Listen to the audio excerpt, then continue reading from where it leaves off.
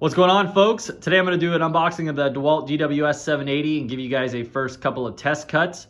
This showed up today, ordered it on Amazon, and I figured I'd just give you an unboxing, show you what comes in the box, and then show it on the rigid miter saw stand. That's the mobile stand. I just bought that stand last week for this saw, and I'm really excited to use the whole combo. So I'll show you guys that with it all together so you guys can check it out. So let's get into the box. If you guys want to know any of the specs or anything on this saw, I'll have a link down in the video description on Amazon if you guys want to check it out. All right, so opening up the box, this is what we get here on top.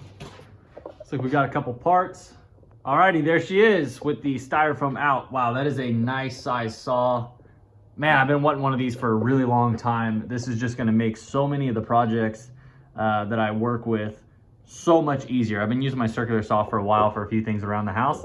This is gonna make it a lot easier. Let's go ahead and peel some plastic here. And look at that saw. Man, that looks nice. Great looking saw. What I'm really happy about, not a lot of assembly required.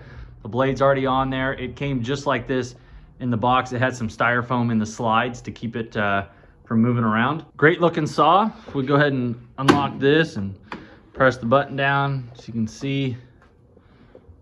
There's the other side. It's kind of one of those things when you have a shop, you do something one way for a while and then you really think to yourself, man, if I had a better tool, this would be so much easier.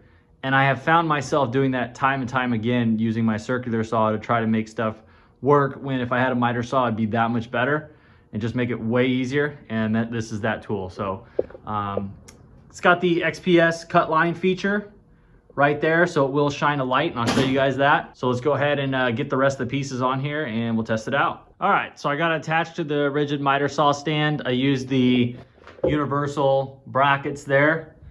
I apologize, my shop's a mess. I got a lot of projects going on right now. I'm doing the best I can. But this stand is really nice, and I'm gonna show you guys why, because it basically turns into a hand truck and a miter saw stand. So it turns into a hand truck, so it stores this saw vertically, and that really helps the footprint. This thing's kind of big and awkward, so it takes up a lot of space, but when you store it vertically, it really helps the storage, and it makes it really easy to move around.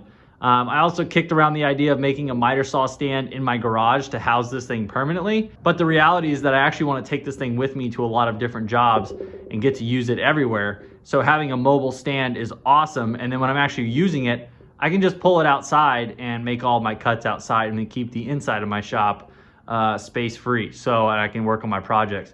So really this is kind of the best of all worlds. I got this rigid miter saw stand from Home Depot. I can put a link to that as well if you guys want to check that out. But those little universal mounts is super easy. They just mount with 4 bolts right here all the way around. And then this little clamp right here is what tightens it. And you just push that down, it tightens it up. And there you go. So really, really cool. Let's go ahead and plug this thing in, do a couple test cuts. So it's got a little switch here for the light. Once the light's on, you can see that you don't see any cut line right now. And that's because this shield here is blocking it. As soon as I press down on the saw, you guys can see, you see that shadow line. It's a little bit hard to see from your angle, but that shadow line appears right above your blade, and so you can perfectly line up exactly where you want to cut.